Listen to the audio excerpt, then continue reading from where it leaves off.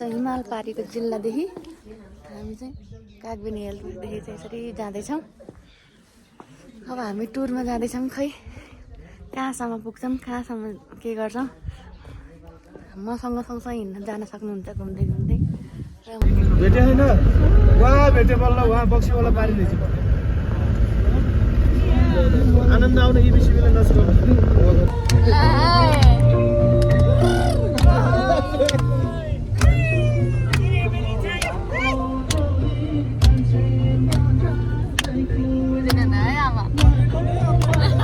टोली त आइसक्यो बागलुङ कालिका मन्दिर।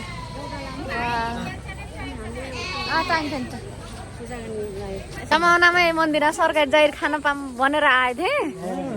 सरकारी जागिर पनि खाएँ, फेरि त्यसो खाएँ। तपाईँको लागि लकी मन्दिर हो नि। लकी मन्दिर हो। बागलुङ कालिका मन्दिरमा चाहिँ जे माए पनि पुरा हुने। पुरा गर्नुभयो। सकेसम्म घरै नुहाएर आउनुपर्छ। नुहाइसक्यो। कालीगण्डकी मुख सधैँभरि धुन्छौँ अनि त्यही भएर स्वच्छ पवित्र भएर आयौँ हामी।